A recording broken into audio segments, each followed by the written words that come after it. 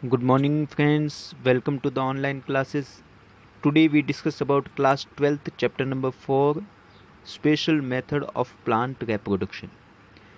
इस चैप्टर को स्टार्ट करते हैं तो इसका जो हमारा फर्स्ट टॉपिक आता है वो टॉपिक आता है हमारा एपोमिक्सिस. एपोमिक्सिस है क्या? एपोमिक्सिस का मीनिंग होता है अवे फ्रॉम मिक्सिंग. किस चीज़ की मिक्सिंग नहीं हो तो मेल गेमेट और फीमेल गेमेट की इसमें मिक्सिंग नहीं होती.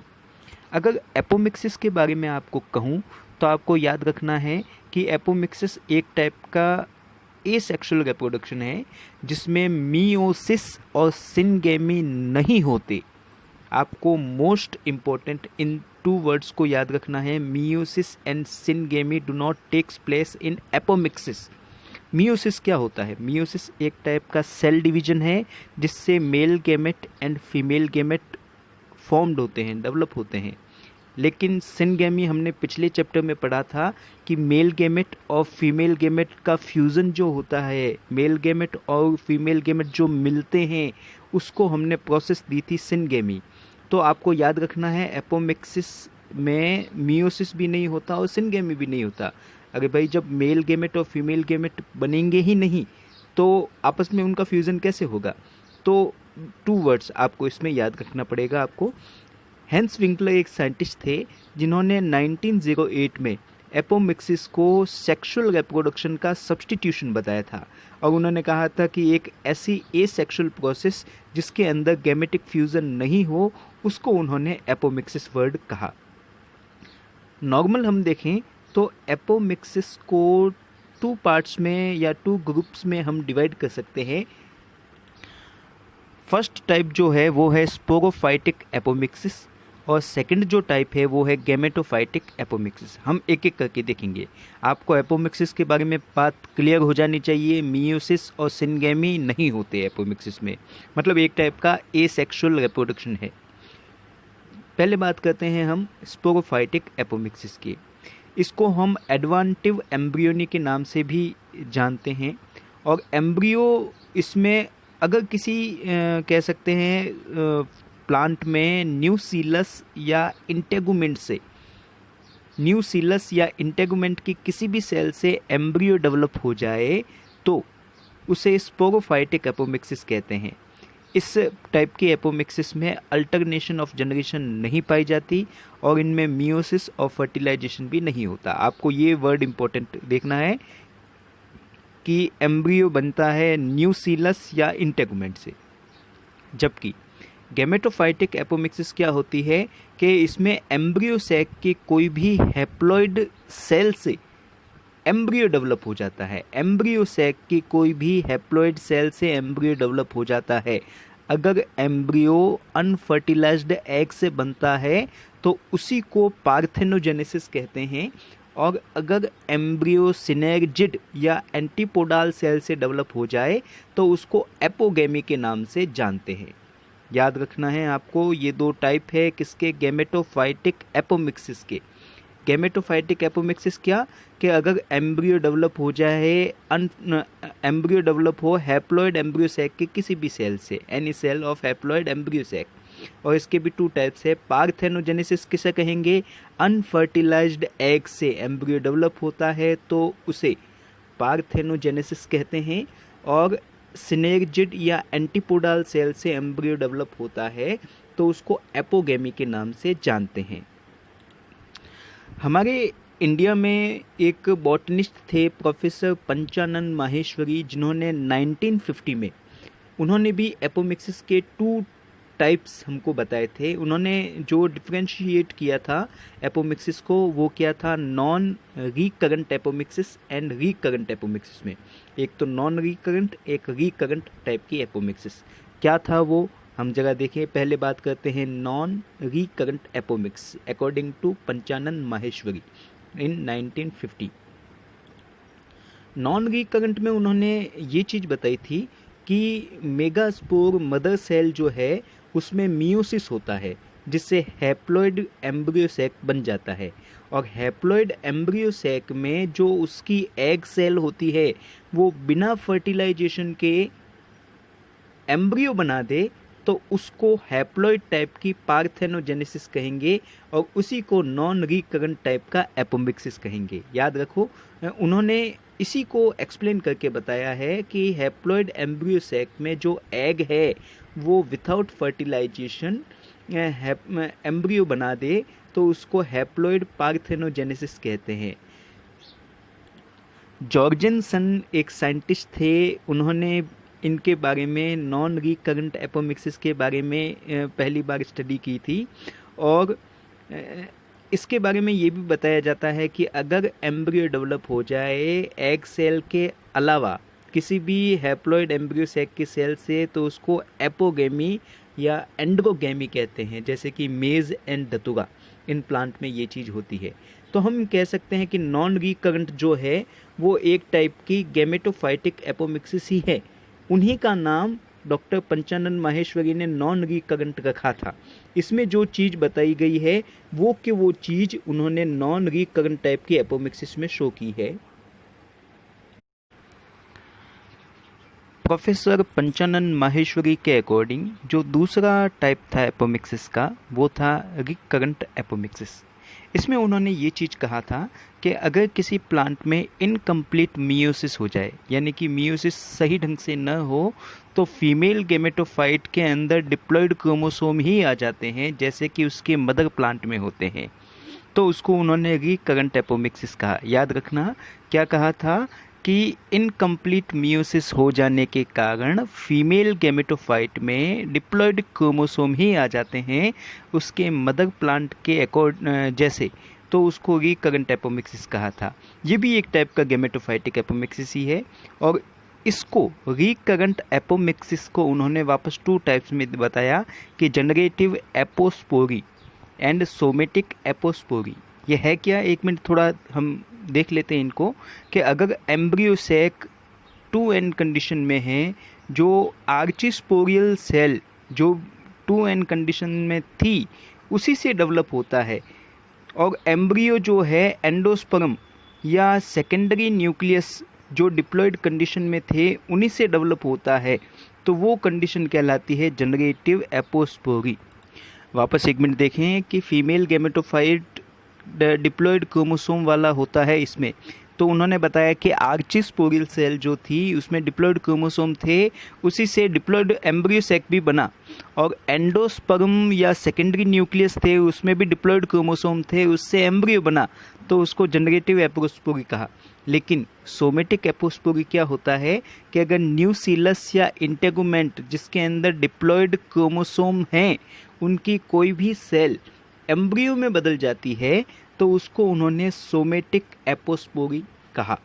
याद रखना, आपको बस यही चीज़ देखनी है कि एम्ब्रियो किन से बना है। एम्ब्रियो अगर न्यूसीलस या इंटेगुमेंट की डिप्लॉयड सेल से बना है तो सोमेटिक एपोस्पोरी, और एम्ब्रियो अगर एंडोस्पर्मिया की सेल से बना है तो उसको जनरेटिव एपोस्पोरी उन्होंने नाम दिया था। और रिकरेंट एपोमिक्सिस क्या कि मियोसिस के फेल हो जाने के कारण फीमेल गेमेटोफाइट में भी डिप्लॉयड क्रोमोसोम आ जाते हैं, उसको उन्होंने रिकरेंट एपोमिक्सिस कहा। ये 2 टाइप थे जो हमारे प्रोफेसर पंचानन माहेश्वरी ने हमको बताए थे एपोमिक्सिस के। लेकिन इस चैप्टर में हम 2 और टाइप के बारे में पढ़ेंगे। एडवेंटिव एम्ब्रियोनी इसका 3rd टाइप है, वो पढ़ते हैं कि अगर एम्ब्रियो किसी भी डिप्लॉयड सेल या न्यूसीलस या इंटेगुमेंट अगर डिप्लॉयड हो और उससे एम्ब्रियो बन जाए तो उसको स्पोरोफाइटिक एपोमिक्सिस या एडवेंटिव एम्ब्रियोनी कहते हैं, जैसे कि लेमन और मैंगो इनके अंदर होता है। इनमें न्यूसीलस और इंटेगुमेंट 2n कंडीशन, सॉरी दोस्तों ये यहाँ पे n लिख दिया है गलती से, ये 2n कंडीशन यानी कि डिप्लॉयड कंडीशन होती है। एम्ब्रियो अगर न्यूसीलस या इंटेगुमेंट से बनता है डिप्लॉयड सेल से तो उसको एडवेंटिव एम्ब्रियोनी कहते हैं, जो हमने थोड़ा ऊपर भी देखा था। हम थोड़ा देखते हैं वापस, ये रहा स्पोरोफाइटिक एपोमिक्सिस जिसमें एडवेंटिव एम्ब्रियोनी वर्ड आया था। इसमें भी क्या था, न्यूसीलस और इंटेगुमेंट से बन रहा था एम्ब्रियो, तो उसको हमने स्पोरोफाइटिक एपोमिक्सिस कहा।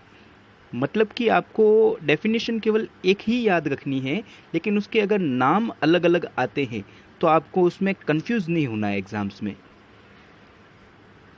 एक बताया है फोर्थ टाइप है इसका वेजिटेटिव एपोमिक्सिस, कि नॉर्मली जो एम्ब्रियो है उसके फ्लावर से बनता है, लेकिन प्लांट में अगर फ्लावर को छोड़ के किसी दूसरे हिस्से जैसे बल्बिल या वेजिटेटिव प्रोपेग्यूल से एम्ब्रियो डेवलप हो जाए तो उसको वेजिटेटिव टाइप की एपोमिक्सिस कहते हैं, जो आपको ओनियन और अगेव प्लांट में दिखाई देते हैं। These are germinate on parent plant, वो पेरेंट प्लांट के ऊपर ही जर्मिनेट होते हैं।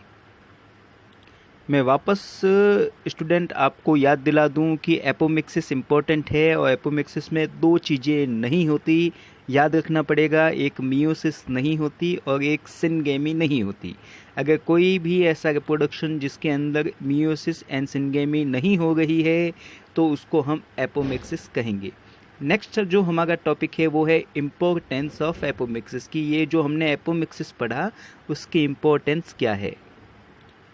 सबसे पहली इम्पोर्टेंस तो इसकी ये होगी कि एपोमिक्सिस में मियोसिस यानी कि डिवीजन होता ही नहीं और वापस अलग अलग क्रोमोसोम इन्वॉल्व होते ही नहीं, तो जो न्यू प्लांट बनेगा वो अपने मदर प्लांट के सिमिलर होगा, पेरेंट प्लांट के सिमिलर होगा। तो क्लोन बनाने में एपोमिक्सिस का यूज़ किया जाता है कि अगर एक अच्छी क्वालिटी का प्लांट है तो एपोमिक्सिस के ज़रिए हम उसकी क्वालिटी को बनाए रख सकते हैं। और हमको ये पता है कि बीज भी एपोमिक्सिस से बनाए जा सकते हैं, कि एम्ब्रियो बनेगा तो उससे सीड भी बनेंगे, तो हम एसेक्सुअल रिप्रोडक्शन से बीज को बना के उससे न्यू प्लांट को बना सकते हैं। और मैंने कहा कि इसमें क्रोमोसोम अलग अलग नहीं होते और दूसरे क्रोमोसोम मिक्स नहीं होते, तो हम किसी के बेनिफिशियल कैरेक्टर को, यानी कि लाभदायक कोई कैरेक्टर होता है, उसको लंबे टाइम तक बनाए रख सकते हैं। किसी प्लांट में, किसी फसली प्लांट में, क्रॉप प्लांट में हम उसको बनाए रख सकते हैं। और एपोमिक्सिस मेथड के ज़रिए हम हाइब्रिड टाइप के सीड भी बना सकते हैं। तो ये कुछ इम्पोर्टेंस थे एपोमिक्सिस के, आपको याद रखना है। वापस एक बार बता दूँ, दो चीज़ें इसमें नहीं होती, एक तो मियोसिस एंड एक सिनगेमी। सिनगेमी का मतलब होता है मेल और फीमेल गैमेट का फ्यूज़न होना, और मियोसिस का मतलब होता है सेल डिवीजन। मतलब ये दोनों चीज़ें अगर किसी रिप्रोडक्शन में नहीं हो तो उसी को एसेक्सुअल टाइप की एपोमिक्सिस कहते हैं। हमारा जो नेक्स्ट टॉपिक है वो भी एगेमोस्पर्मी है। इसमें भी बस वही बात याद रखनी है कि विथआउट फर्टिलाइजेशन सीड, कि अगर किसी प्लांट में डिप्लॉयड सीड बन जाए abnormal cell of embryo sac से बिना फर्टिलाइजेशन के, तो उसको एगेमोस्पर्मी कहते हैं। याद रखना, सीड बन जाए बिना फर्टिलाइजेशन के तो उसको एगेमोस्पर्मी कहते हैं। और इसमें सीड जो है डिप्लॉयड कंडीशन में होते हैं, लेकिन उनमें जो जीन्स होते हैं वो सारे जीन्स उसके मदर प्लांट के सिमिलर होते हैं, क्योंकि ये भी एक टाइप का एपोमिक्सिस ही है। हमारा जो नेक्स्ट टॉपिक है माइक्रो प्रोपेगेशन, ये टॉपिक जो है आज के टाइम में मोस्ट इम्पोर्टेंट टॉपिक है और ज़्यादा कह सकते हैं कि चर्चा में भी ये टॉपिक रहता है। होता क्या है माइक्रो प्रोपेगेशन, हम जगह इसको देखें तो किसी भी प्लांट की कोई भी सेल, टिश्यू, प्रोटोप्लाज्म, ऑर्गन या उसका कोई भी सिस्टम ले लें, उसको मेन प्लांट से अलग करके केमिकली नोवन कल्चर मीडियम में रखते हैं। याद रखें, वापस एक मिनट, कोई सेल, टिश्यू, ऑर्गन या कोई भी प्लांट का पार्ट उसके मेन प्लांट से अलग कर देते हैं और अलग करने के बाद chemically known suitable culture medium में रखते हैं, स्टेरिलाइज और कंट्रोल कंडीशन में। तो थोड़े टाइम में क्या होता है कि जो कल्चर मीडियम है उससे उस प्लांट के हिस्से को नरिशमेंट मिलने शुरू हो जाते हैं, पोषण मिलना शुरू हो जाता है, जिससे वहाँ पे सेल्स का एक ग्रुप बनता है जिसको कहते हैं कैलस। और ये बनता है callus by in vitro condition. In vitro मतलब टेस्ट ट्यूब के अंदर वो कंडीशन उसको प्रोवाइड करते हैं जो उनको मिट्टी में मिल रही थी। और बाद में जो कैलस था यानी कि सेल्स का ग्रुप था, उससे छोटी छोटी कलियां यानी कि प्लांटलेट्स डेवलप होनी शुरू हो जाती है, जिससे रूट्स और शूट भी बनने लगती है। तो वो कंडीशन कहलाती है माइक्रो प्रोपेगेशन। याद रखना, प्लांट के किसी भी सेल या टिश्यू से कल्चर मीडियम के अंदर नए प्लांट को डेवलप करने की जो टेक्निक है उसको कहते हैं माइक्रो प्रोपेगेशन, जो नॉर्मली लेबोरेटरीज में की जाती है। और जब ये छोटा सा प्लांट डेवलप हो जाता है तो उसको वापस उसके नेचुरल हैबिटेट में उगा देते हैं, और यही मेथड माइक्रो प्रोपेगेशन कहा जाता है। इस मेथड के जरिए आप छोटी सी जगह पर और कम टाइम पीरियड में बहुत सारे प्लांट को उगा सकते हैं। ये जो है इसमें एग्जाम्पल आते हैं ऑर्किड, ग्लैडियोलस, चेरिस, एंथेमस एक्सेट्रा इसके अंदर आते हैं। तो आपको बस ये माइक्रो प्रोपेगेशन में यही याद रखना है, एक तो कल्चर मीडियम जिसमें सारे सूटेबल कंडीशन होती है प्लांट के डेवलप होने के लिए, और एक उसका कोई भी प्लांट का ऑर्गन बनता क्या है, पहले कैलस, और कैलस से क्या बनते हैं, प्लांटलेट, जिसको उसकी नेचुरल कंडीशन में उगा देते हैं। हमारा जो नेक्स्ट टॉपिक है वो है पॉली एम्ब्रियोनी। पॉली एम्ब्रियोनी क्या होता है कि नॉर्मली एक सीड के अंदर, एक बीज के अंदर एक एम्ब्रियो ही होता है, लेकिन कभी कभी प्लांट में कुछ ऐसी कंडीशन बन जाती है जब एक से ज़्यादा एम्ब्रियो किसी बीज में आ जाए या सीड में आ जाए या ओव्यूल में आ जाए, तो उस कंडीशन को पॉली एम्ब्रियोनी कहते हैं। याद रखना, more than one embryo develop in a single seed और ovule, it is known as polyembryony. ये जो है प्लांट और एनिमल दोनों में पाया जाता है, और पॉली एम्ब्रियोनी के बारे में सबसे पहली बार 1719 में एंटनी वॉन ल्यूवेनहॉक ने पहली बार स्टडी की थी ऑरेंज के सीड में। ऑरेंज के सीड में पहली बार स्टडी करने वाले साइंटिस्ट थे एंटनी वॉन ल्यूवेनहॉक। ये जिम्नोस्पर्म का तो एक कॉमन फीचर है, लेकिन एंजियोस्पर्म के कुछ प्लांट में भी पाया जाता है, जैसे लेमन, टोबैको, ओनियन और क्रोटोलेरिया प्लांट में।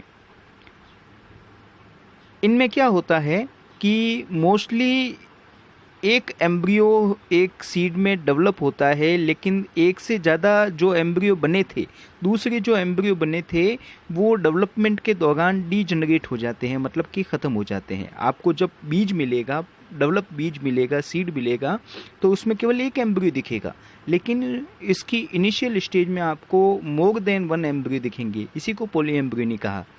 कुछ प्लांट ऐसे हैं जैसे कि वेंडा, जो एक टाइप का एपिफाइट है। एपिफाइट वो होते हैं जो दूसरे प्लांट के ऊपर उगते हैं।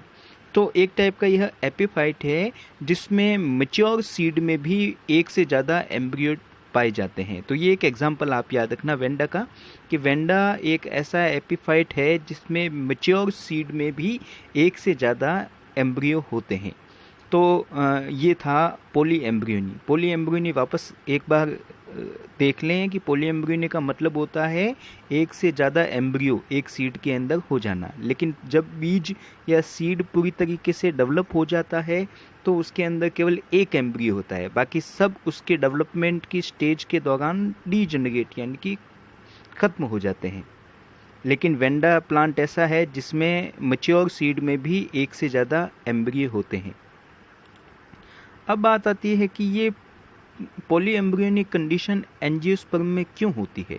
तो इसके कुछ कारण हैं, जैसे कि फर्स्ट रीज़न इसका कह सकते हैं कि एम्ब्रियो से पहले जो प्रो एम्ब्रियो कंडीशन है उसमें क्लीवेज यानी कि सेल डिवीजन होना शुरू हो जाए, या फिर एग सेल जो है उसके साथ एक अदर सेल भी एम्ब्रियो बना दे। एग सेल तो एम्ब्रियो बनाती है, उसके अलावा कोई दूसरी सेल भी एम्ब्रियो बना दे, तो आपको एक से ज़्यादा एम्ब्रियो की कंडीशन दिखाई देती है। या फिर हो सकता है कि एक से ज़्यादा एम्ब्रियो सैक एक ओव्यूल में बन जाए, तो भी आपको पॉली एम्ब्रियोनिक कंडीशन बन जाती है। और किसी भी स्पोरोफाइटिक सेल, ओव्यूल के अंदर किसी भी स्पोरोफाइटिक सेल के एक्टिवेट हो जाने से भी एम्ब्रियो एक से ज़्यादा हो सकते हैं, तो वो भी पॉली एम्ब्रियोनिक कंडीशन एंजियोस्पर्म में बना सकती है। जैसे कि ये वेंडा में पॉली एम्ब्रियोनिक की कंडीशन, जैसे एक बीज से आपको एक से ज़्यादा प्लांटलेट्स डेवलप हुए दिखाई दे गए हैं, पॉली एम्ब्रियोनी इन वेंडा। नेक्स्ट जो टॉपिक है वो है क्लीवेज पॉली एम्ब्रियोनी। इसमें क्या है कि एक से ज़्यादा एम्ब्रियो डेवलप हो जाए किसी जाइगोट या प्रो एम्ब्रियो में, तो उसको क्लीवेज पॉली एम्ब्रियोनी कहते हैं। ऑर्किड, यूलोफिया प्लांट में 3 टाइप के क्लीवेज पॉलीएम्ब्रियोनी पाई जाती है। वो 3 टाइप्स की क्लीवेज पॉलीएम्ब्रियोनी क्या है वो जगह हम डिस्कस करते हैं। पहला कि इरेगुलर सेल डिवीजन हो जाने के कारण जाइगोटिक सेल के साथ एक सेल का मास बन जाता है। वो मास चलेजा की तरफ होता हुआ बहुत सारे एम्ब्रियो को बना देता है। ये भी एक टाइप की क्लीवेज पॉलीएम्ब्रियोनी। याद रखना पहली कंडीशन क्या कि इरेगुलर डिवीज़न हो जाने के कारण जाइगोट के साथ में एक सेल का मास बन जाता है। वो चलेजा की तरफ रहकर वहाँ पे ग्रोथ करके एक से ज़्यादा एम्ब्रियो को डेवलप कर देता है। सेकंड कंडीशन, एम्ब्रियो या प्रो एम्ब्रियो से एक छोटी सी बड यानी कि कली के जैसी आउट ग्रोथ बन जाए, उसमें भी एक से ज़्यादा एम्ब्रियो वापस बन सकते हैं, तो वो भी एक टाइप का क्लीवेज पॉलीएम्ब्रियोनी कहलाता है।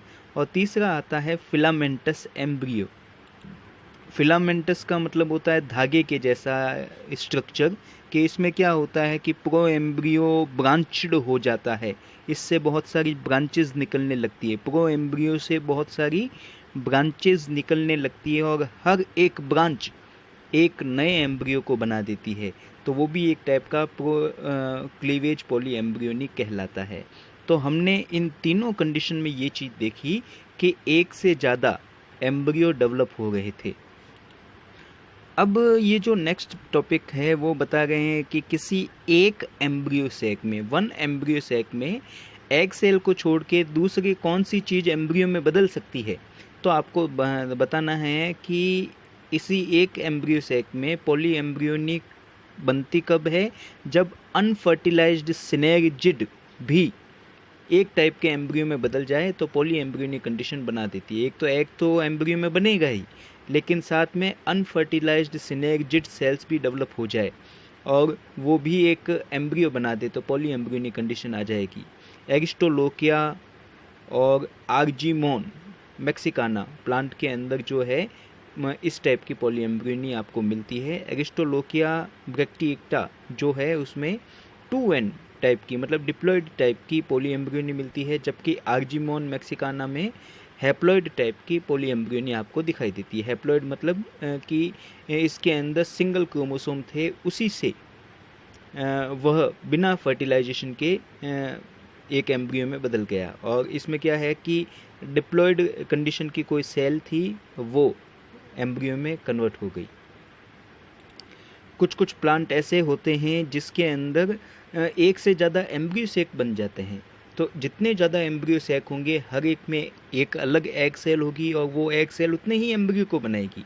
जैसे एग्जांपल के तौर पे कैजुगाइना मोन्टेना, ये जो प्लांट है, इन प्लांट में एक से ज़्यादा एम्ब्रियो सेक बन जाती है एक ही ओव्यूल में। तो जितने एम्ब्रियो सेक होंगे हर एक के अंदर एग सेल होगी, वह फर्टिलाइजेशन के बाद एम्ब्रियो को बनाएगी। नेक्स्ट जो टॉपिक है वो है एडवेंटिव पॉलीएम्ब्रियोनी। ये वर्ड हमारे सामने इस चैप्टर में हो सकता है तीसरी बार आया है, थर्ड टाइम आया है। तो आपको एडवेंटिव कहीं पे वर्ड दिखाई दे तो आपको याद रखना है इंटेगुमेंट और न्यूसिलस, के इंटेगुमेंट या न्यूसिलस एक्टिवेट होके एम्ब्रियो बना दे तो एडवेंटिव टाइप की पॉलीएम्ब्रियोनी कहलाएगी। हमारा जो नेक्स्ट टॉपिक है वो है सिग्निफिकेंस ऑफ पॉलीएम्ब्रियोनी, यानी कि हमने जो पॉलीएम्ब्रियोनी पढ़ा है उसका महत्व कहाँ पे है, क्या काम आएगा। तो ये जो पॉलीएम्ब्रियोनी जेनेटिक्स में काम आता है, हॉर्टिकल्चर के आप बगीचे से रिलेटेड स्टडी करते हो, हॉर्टिकल्चर में होती है, उसमें काम आता है, साइटोलॉजी में काम आता है एंड प्लांट रिप्रोडक्शन में काम आता है। और कहाँ पे कैसे काम आता है देखते हैं, इनके सिग्निफिकेंस को पढ़ते हैं कि adventive embryo develop from nucellus is similar to the mother plant, के जो एडवेंटिव एम्ब्रियो बनता है वो न्यूसिलस से बनेगा तो वह मदर प्लांट के जैसा ही होगा। तो हम जो कैरेक्टर चाहते हैं वो हम बनाए रख सकते हैं प्लांट के अंदर। और प्लांट इससे जो बनते हैं वो ज़्यादा पावरफुल होते हैं, वाइजर इन नेचर, उनमें शक्ति या पावर ज़्यादा होती है। Embryo develop from nucellus are disease free, कि उनमें किसी टाइप की डिजीज़ नहीं होती है। और इस टाइप से जो एम्ब्रियो बनते हैं वो साइटोलॉजी की फील्ड में मोस्ट इम्पोर्टेंट आते हैं, रियली इम्पोर्टेंस कंडीशन आती है उसमें। और इससे जो एम्ब्रियो डेवलप होते हैं वो homozygous linear after colchicine treatment which has important in plant reproduction. Plant reproduction में भी ये काम आते हैं कॉल्चिसिन ट्रीटमेंट के बाद में। यहाँ पर होमोजाइगस लीनियर लाइंस का मतलब है कि प्योर या शुद्ध वंशावली उनकी मिल जाती है, जो हम क्या है प्लांट रिप्रोडक्शन में यूज़ कर सकते हैं। स्टूडेंट्स, आप इन सब वीडियो को सीधे YouTube पे कभी भी देख सकते हैं। इसके लिए कुछ नहीं, YouTube पे आपको मेरा नाम कुलदीप गर्ग सर्च करना होगा। सर्च करने के बाद ये मेरा चैनल ओपन हो जाएगा YouTube पे, और ओपन होने के बाद प्लेलिस्ट खोलिए, और प्लेलिस्ट में आपको जिस सब्जेक्ट के आपको वीडियो चाहिए, जैसे कि 12th बायोलॉजी इंग्लिश मीडियम के वीडियो चाहिए, तो इसमें आपको सारे कंप्लीट वीडियो मटेरियल यहाँ पे मिल जाएंगे, जिसको आप कभी भी देख सकते हैं। तो आज के लिए इतना ही।